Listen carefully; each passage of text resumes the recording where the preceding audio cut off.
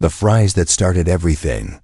The space station was loud and full of every kind of alien Cade had ever seen in his life, and many he hadn't. He sat in a corner of the food court, just trying to enjoy his cheap meal fries and a fizzy drink, something familiar in a place that felt like nothing else back on Earth.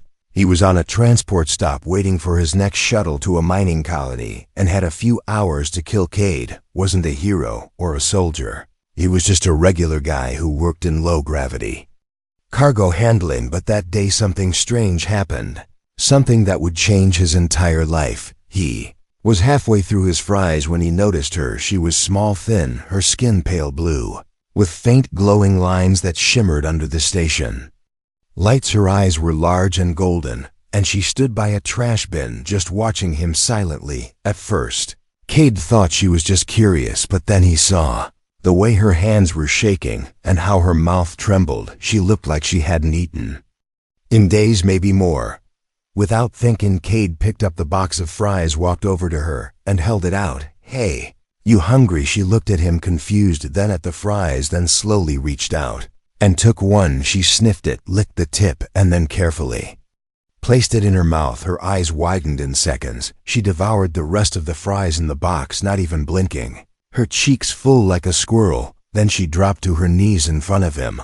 "You okay?" She looked up at him and whispered something in her alien language. The words were soft, full of emotion. A few nearby aliens turned their heads sharply, gasping. One even dropped his drink. Cade blinked, confused. What did she just say? A translator droid hovering nearby slowly approached. Statement made in Zentari dialect. Translation as follows: I accept your offering. I am yours now. What? The girl suddenly reached out and grabbed his arm gently but firmly. She smiled, her thin face glowing with warmth. "Human has chosen," she said proudly. "Wait, what?" "No, I just gave you fries." But she nodded, excited, like she didn't understand the difference. More aliens started gathering around, whispering, pointing. Some were laughing, others looked afraid. A merchant nearby leaned over and whispered to Cade in broken English, "You gave food to a Zentari female. She thinks you choose her for bonding light partnership. It is sacred." Cade's mouth dropped open. No, I was just being nice. I didn't mean anything romantic, I swear." But the alien girl wasn't listening. She stood proudly beside him, now her hand holding his, like they were already together. Suddenly an announcement came over the station speaker: incoming vessel, Zentari clanship. Oh no! The crowd parted, and a group of armored figures marched through. Huge, tall creatures with the same glowing skin as the girl. Their eyes locked onto her, then onto Cade. One of them spoke in deep voice. "You fed our daughter, you claim." Harry didn't claim anything. "Too late," said the merchant beside him. "She accepted your food in front of others. It is witness." Cade turned to the girl. "Look, I think there's been a misunderstanding. Okay, I'm not from your planet. I don't even know your customs." She looked sad for a second, but then gently pressed her forehead to his claim. "Accepted," she whispered. The leader stepped forward and bowed slightly. "You belong to us now, human. We protect our own." Weight. What? Before he could run, before he could even think, one of the armored aliens picked him up like a sack of potatoes and carried him toward their ship. The girl followed right behind, smiling like she had just won the biggest prize in the galaxy. Cade didn't know what was happening. He didn't know who she was, where he was going, or what he had just gotten himself into. But it all started with a small act of kindness, a box of fries, and now an alien girl thought he belonged to her forever. And that was only the beginning. Asterisk. The alien culture shock. Cade sat quietly in the corner of the massive Zentari ship, his back against a cold metal wall, his mind racing, while Zira, the alien girl, sat close beside him, her golden eyes never leaving his face. Every time he shifted, she smiled. Every time he spoke, she tilted her head, as if memorizing his voice. He had tried again and again to explain that giving her fries wasn't some kind of love ritual in human culture. It was just sharing food with someone who looked hungry. But Zira didn't seem to understand, or maybe she didn't want to. The room they were in looked like a mix between a throne chamber and a family dinner hall. The walls were covered in flowing crystal veins that pulsed with light, and the air smelled like sweet oil and sharp spice around them. Armored warriors stood still watching Cade closely, as if he might break the bond by sneezing too hard. Then came the elder. He walked in slowly, his steps heavy, his skin darker than the others, and his eyes almost glowing white. He held a staff made of bone and metal, and when he spoke the room went. Silent human Cade of Earth, you have chosen the girl Zira of Clan Mirak. I didn't choose anything, I gave her food because she looked like she needed it. Exactly, the elder replied with a proud nod. In our law, to give food from one's own hand is to offer protection, care, and life. It is a sacred act of trust, you cannot take it back. But I'm not even from here, I didn't know. Knowing is not required, intention is in the act. Cade looked around hoping someone would step in and say it was a mistake, but all he saw were serious faces and quiet pride. Zira reached into her pouch and pulled out something shiny. She held it up, a small metal symbol shaped like a spiral sun. She handed it to the elder.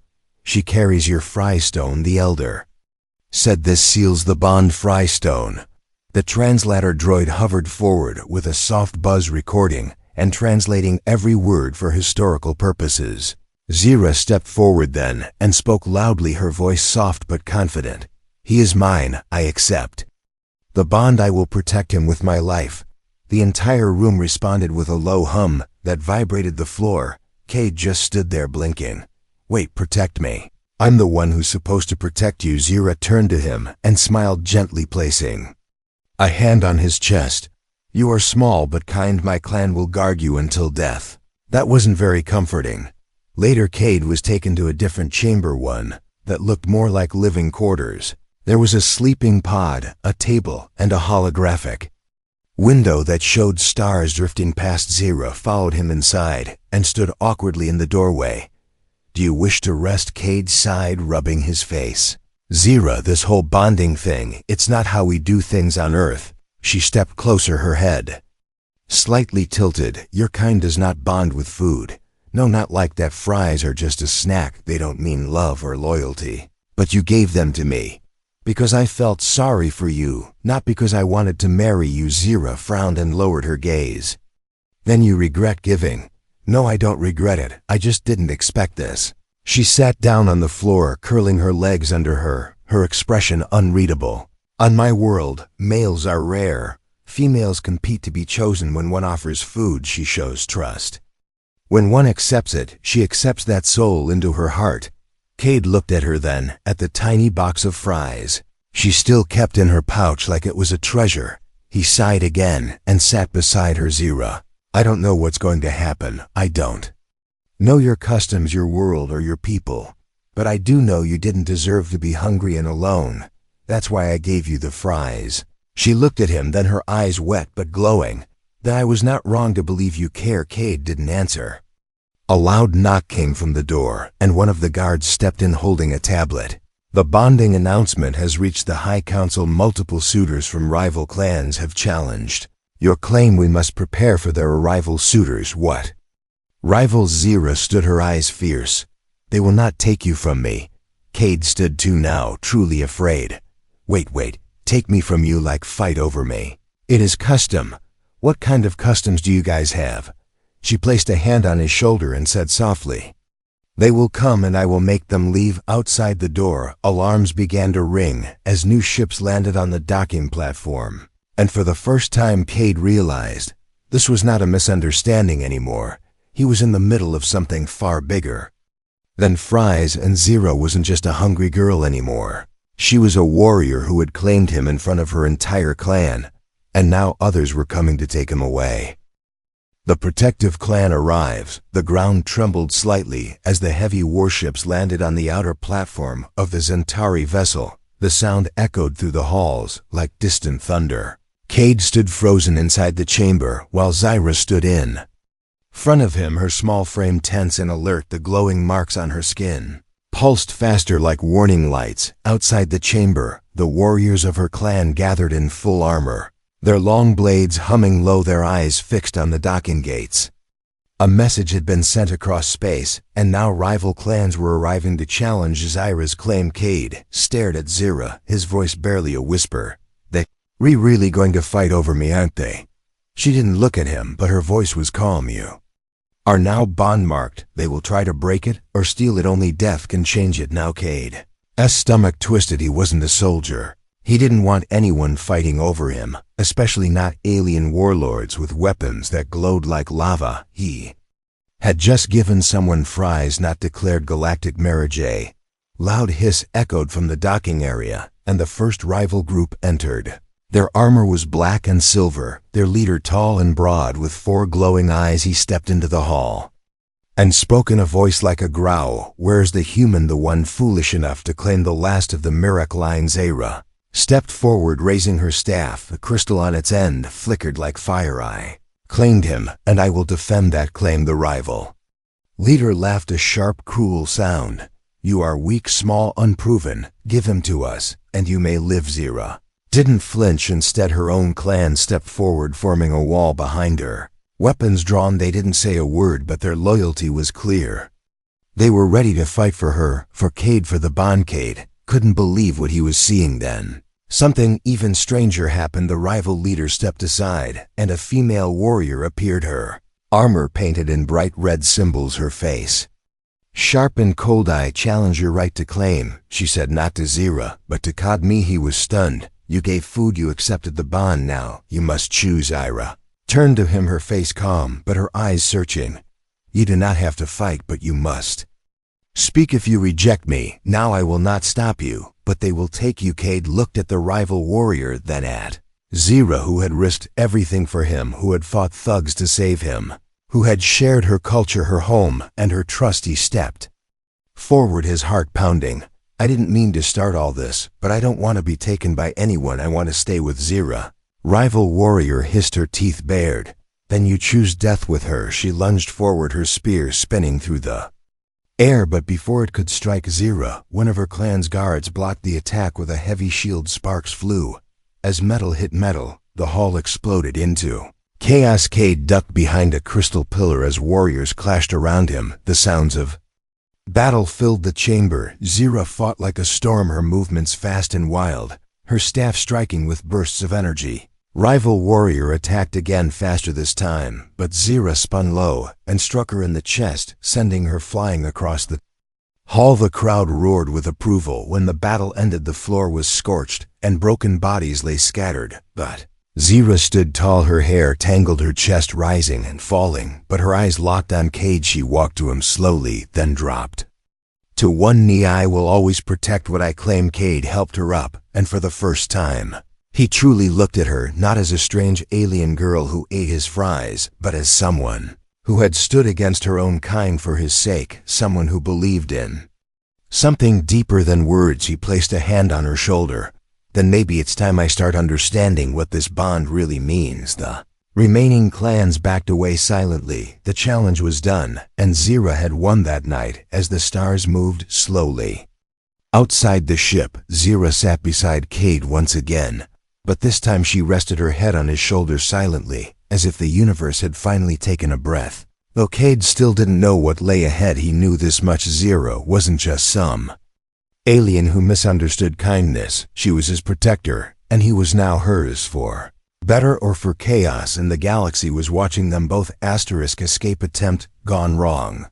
Soft hum of the ship filled the chamber as Cade lay awake, staring at the curved ceiling above him. Zara had fallen asleep, curled up like a small feline, her glowing skin slowly pulsing with calm light, and for a moment everything felt peaceful. But deep inside Cade's chest, a storm was building. He wasn't ready for this, not for a life inside an alien ship, not to be the center of attention for warriors and elders and ancient customs. He didn't understand every corridor he walked through. Eyes followed him, whispers trailed, and guards stayed near him as if he were a priceless object. He needed air. He waited until Zara was in deep sleep, then slowly stood from the soft crystal mat and moved quietly toward the door. It opened with a whisper, and the hallway outside was empty. Blue light spilled from the walls, making everything feel like a dream. Cade walked fast, turning corners, passing silent warriors and glowing walls, until he reached the loading bay, where smaller ships were docked. One of them was open, a small scout shuttle. He had no idea how to fly it, but he didn't care. He just needed to be away from the pressure, from the eyes, from the responsibility that came with one simple box of fries. He climbed in, pressed random buttons, and prayed something would work, and to his surprise the engines hummed. But before the shuttle could lift, a shadow fell across the opening. Zira stood there, her hair loose, her eyes glowing, but not with calm this time, with something darker. "You are leaving?" Cade froze. "Zira, I'm sorry. I can't do this. You made a promise." "I didn't know I was making it. I was just trying to help someone who looked hungry." She stepped into the shuttle slowly, like a hunter approaching a wounded animal. "He never forced you. I only followed the bond." "Exactly. And that's what scares." Mesh tilted her head, the glow in her veins flickering faster. "You do not want May." "Didn't say that." "Then what do you want?" Cade took a deep breath. "I want to feel like I belong, because I choose it, not because I made a mistake, not because your people saw something." "I didn't understand." Zira looked at him for a long time, then turned away and walked out of the shuttle, her voice barely a whisper. "Then go if you must." Cade hesitated, but then stepped out, too, guilt pulling at him harder than fear. "I don't hate you, Zira. I just need time." She didn't look back as he walked toward the outer hatch. A sound echoed through the bay, metal scraping against metal, heavy boots slamming the floor. A group of masked figures appeared from the far side, their armor scratched and their weapons sharp. They weren't Zira's clan, and they didn't look friendly. One of them pointed at Cade and spoke in a low voice. "That's the human. Take him. We'll sell him to the mercenslavers, alive or broken." Before Cade could run, they lunged, but Zira was faster. She moved like lightning, her staff glowing, her body twisting in the air with such speed it blurred. She struck the first attacker in the chest, sending him flying into the wall, then spun and swept another off his feet before he could raise his blade. Cade watched in frozen shock as Zira moved like a storm of silver and blue,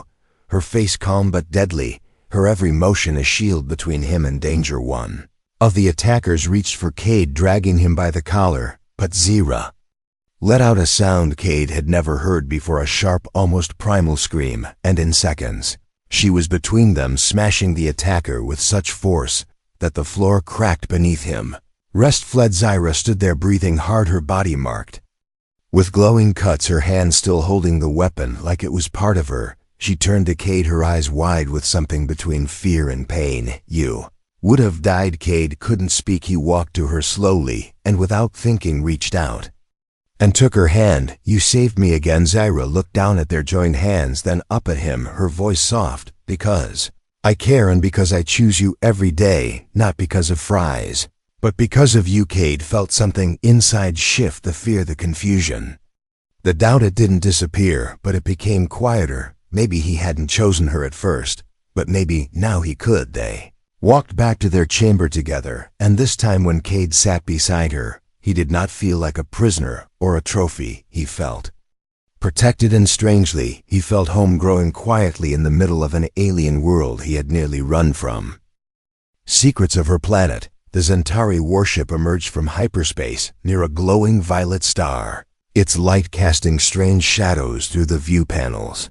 Cade stood near the window in silence, watching the alien beauty of a solar system he never imagined he would visit. Beside him, Zira stood tall, her face calm, but her fingers twitching with quiet excitement. "We are close to my world," she said softly, "the place where the bond will be judged and accepted by the roots of our people." Cade turned to her, unsure what to say. Each hour he spent with Zira made the line between fear and connection blur. She was strange but never cruel, alien but never cold, and every time she looked at him, there was something in her eyes that made him feel like he was more than just a human who shared food. The ship descended through a thick purple atmosphere, and the planet appeared beneath them, forests of crystal trees, glowing rivers flowing like liquid light, and tall stone towers that reached into the sky. When they landed, Zira stepped out first, her clan following in silence, and Cade walked with her, his feet touching the ground that felt alive. Every step buzzed slightly, as if the planet was aware of them. The people of Zira's world gathered in a large, open circle, their bodies glowing in many shades, their eyes watching the human with both curiosity and caution. A tall female stepped forward, her hair long like vines, and her voice deep and smooth. "You Are the outsider the one who offered sacred food and formed an unspoken bond? Cade nodded slowly. Yes, I'm Cade from Earth. I didn't know what it meant. Ignorance is not always innocence, she said, but your steps have reached here. So now you must see what few of your kind ever do. She turned and motioned them forward into a temple carved from black stone, its walls pulsing with veins of light. Inside were murals painted in glowing ink, images of humans standing beside Zentari, some in battle, some in peace, and one of a human holding out food to a starving Zentari girl. Zero walked to that painting and touched it, her voice quiet. That is the first bond. It is said a human saved our ancestor during a time of war by giving food from his own hand, and she chose him and started a new line. Cade stared at the ancient image, realizing the weight of his action. The ritual was not new, it was deep in their blood, in their history. Elder led them deeper into the temple, where a crystal pool waited, the water perfectly still. To complete the bond, you must see what she has seen, and she must see your truth. Step into the pool together and let the planet decide. Cade looked at Zira. She offered her hand without a word, and he took it. They stepped into the cool water, and the world shifted. Suddenly, Cade saw Zira's memories as if they were his own. He saw her as a child, small and scared, watching her home burn during a raid. He felt her pain when she was left alone, hiding in the ruins, surviving on scraps. He saw her watching others form bonds while she stayed silent, unseen, afraid to hope, afraid to trust, until the day she left her world to explore the stars. Saw her eyes when she first saw him sitting with fries in his hands, and how her heart had whispered maybe, just maybe. And she saw him. She saw his memories of Earth, of struggling with loneliness, of working long hours, of eating meals alone in silence, of feeling invisible in a world too fast and too loud. She saw the moment he gave her fries, not from duty, not from pity, but from the pure instinct to care. When they stepped out of the pool, both were shaking. The elder smiled. You are seen by each other, truly and fully. The bond is not of mistake, it is of meaning. Cade looked at Zira, and this time when she reached for his hand, he held hers tightly. He understood her now, not just the rules of her people, but her silence, her strength, her longing. Zira leaned closer and whispered, you still wish to run? No, he said, not anymore.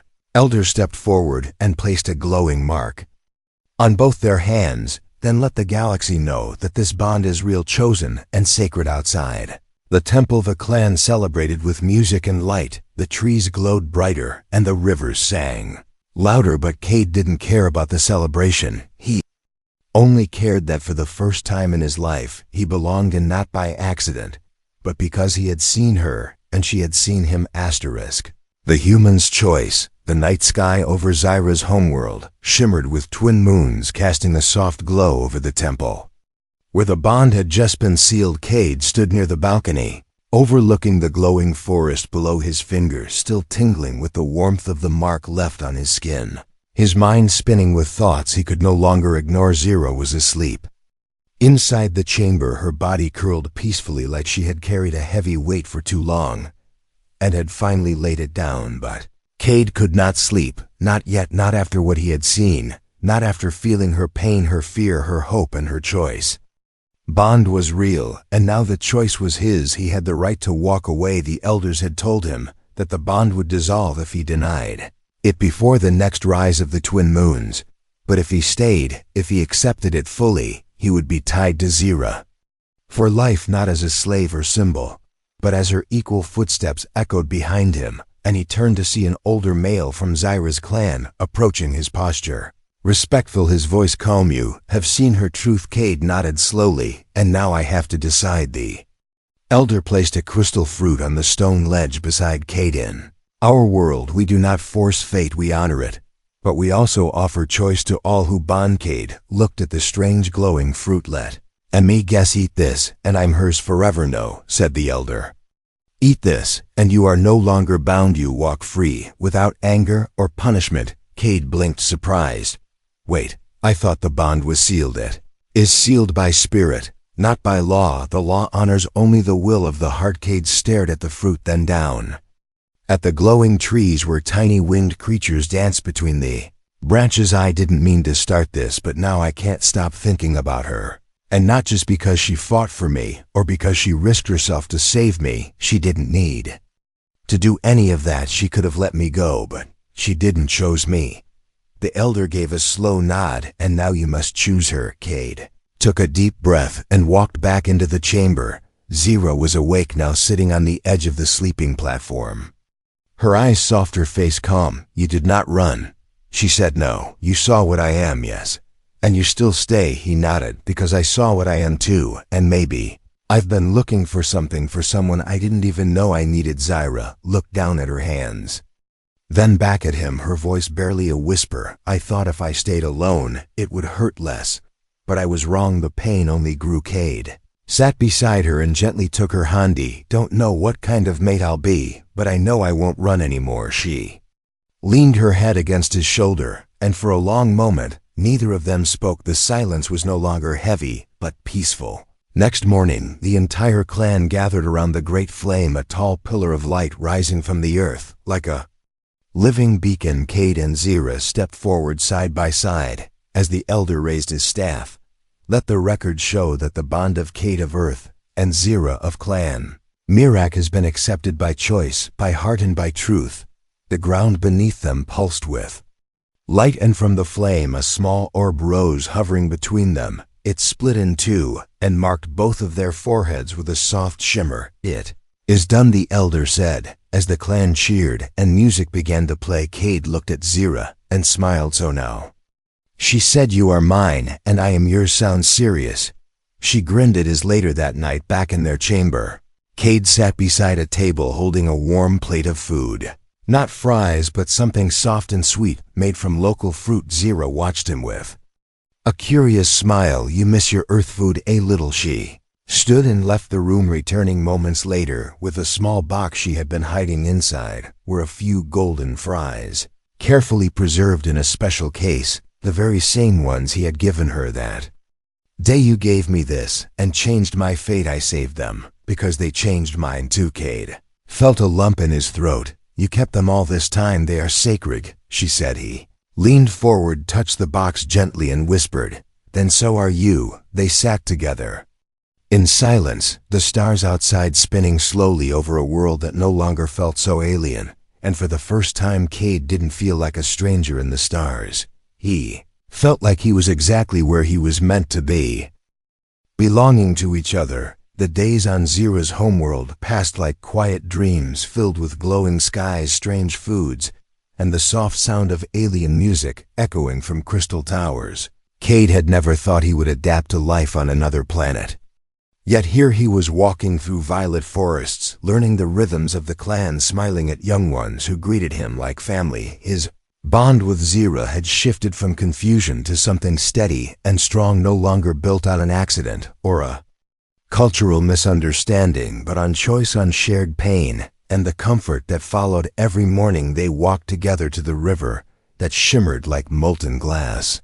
Every night they sat under the twin moons, her head on his shoulder, her voice humming soft songs in a language he now understood more with each day. But peace was never meant to last forever. Signal arrived from the outer rim, a distress call sent by a rogue Zentari group, known for rejecting all clan traditions they believed. Bonds with outsiders were a betrayal of blood, and they were coming not just for Zira, but for Cade. The clan prepared quickly. Warriors armed themselves, shields were charged, scouts took positions in the trees.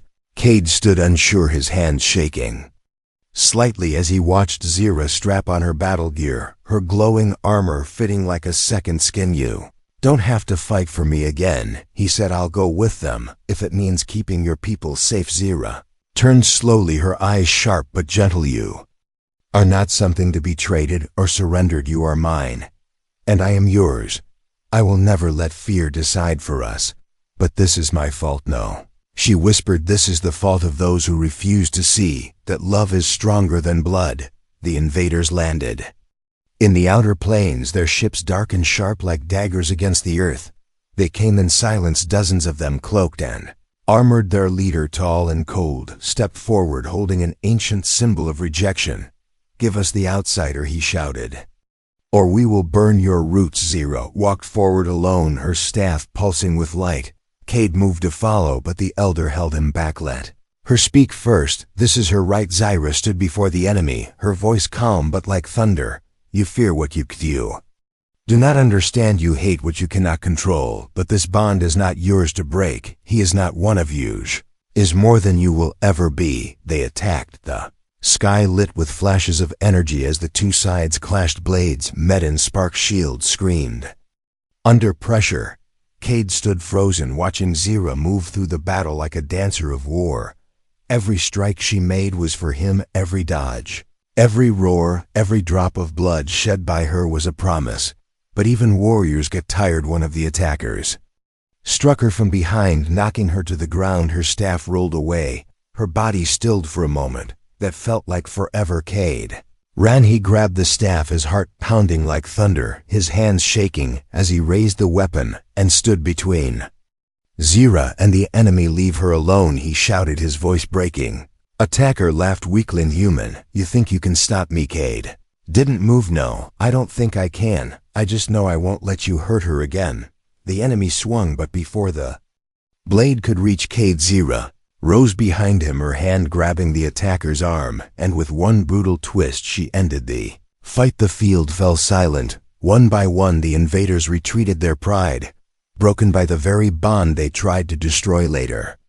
As the sun fell and the clan gathered around the great flame again, Cade and Zira stood side by side, her hand in his, their marks glowing brighter than ever. You stood for me, Zira whispered, when you could have run. You stood for me first, then we belong to each other truly. The clan chanted their names, the flame pulsed high into the sky, and a new song was sung, one that told of a bond born from fries and tested by fire. In the days that followed, stories spread across nearby systems of the human who stayed, the human who chose, and the alien girl who fought not because she had to, but because she loved. Cade no longer felt like a visitor in a strange land. He had found something he never thought possible, not just a home, but a heart that beat beside his under twin moons, and a sky full of stars that now felt like his own.